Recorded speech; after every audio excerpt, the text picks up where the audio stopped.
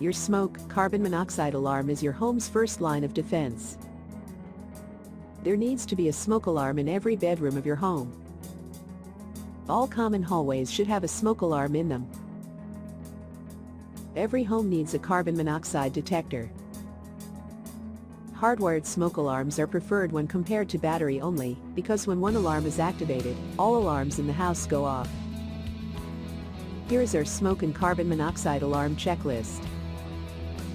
Replace smoke alarms every 10 years. Replace carbon monoxide detectors every 5 years.